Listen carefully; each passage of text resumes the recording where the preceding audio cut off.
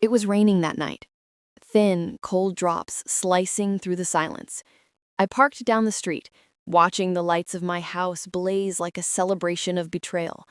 Laughter spilled out through open windows, wine glasses clinked, music roared, and there at the gate sat my father, shivering. Old hands wrapped around his knees, eyes glazed with disbelief.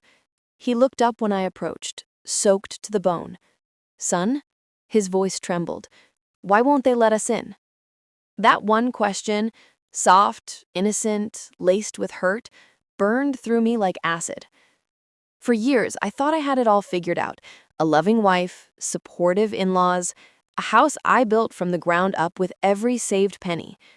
When my mother died, my father became my only real family. I promised her on her deathbed I'd never let him live alone. So when my wife suggested he move in with us, I thought, finally, someone who understands. Her parents visited often, too often. They had opinions about everything, how my house should look, what my father should eat, how I should behave. I mistook their meddling for care, but care doesn't come with conditions. It started subtly. My father stopped joining dinner. He'd sit alone on the back porch, staring at the garden. I asked him once if everything was fine. He smiled weakly and said, "I think your wife's family doesn't like old people around." I brushed it off until the day I came home early from work. I heard laughter in the living room. My wife, her parents, her cousins. Then I heard my father's door click shut. Moments later, her mother's voice carried across the hall. Finally, he got the hint. "That man smells like the grave. Your husband is blind to it, but we aren't." Silence followed. Then my wife whispered something that tore through me. "He'll be gone soon. I'll make sure of it." I remember standing outside that door, fists clenched, heart pounding. I didn't confront them that night. I wanted to. God knows I did. But something inside me whispered, "Wait."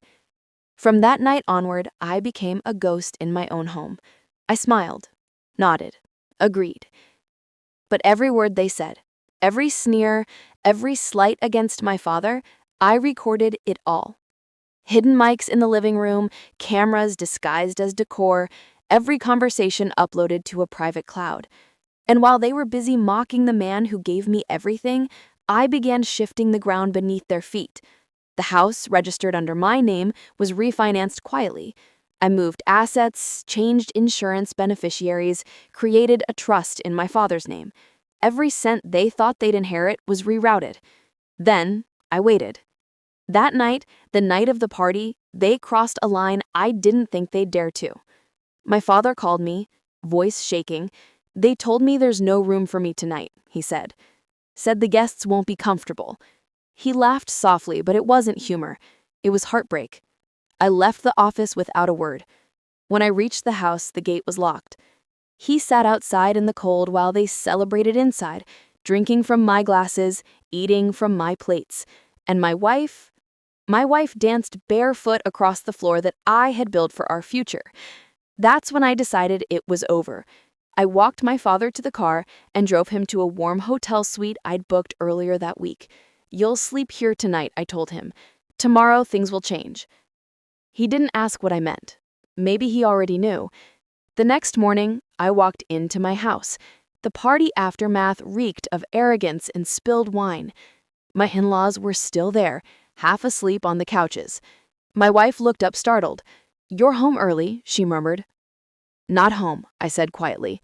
"Just visiting." I placed a folder on the table.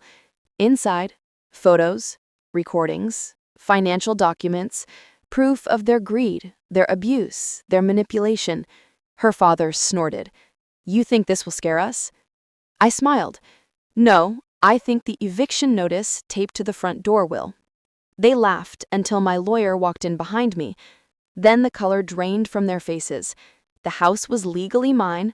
The trust I created ensured that it and everything within it belonged to my father. Now they had 30 minutes to leave.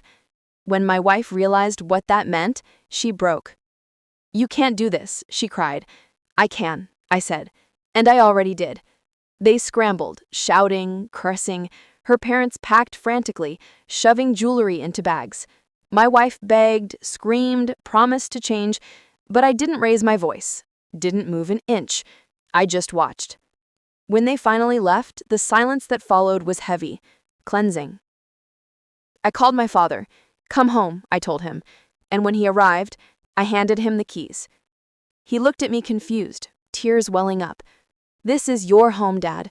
Always was, always will be." He tried to speak, but the words caught in his throat. I could see the years of humiliation fade, replaced by quiet relief.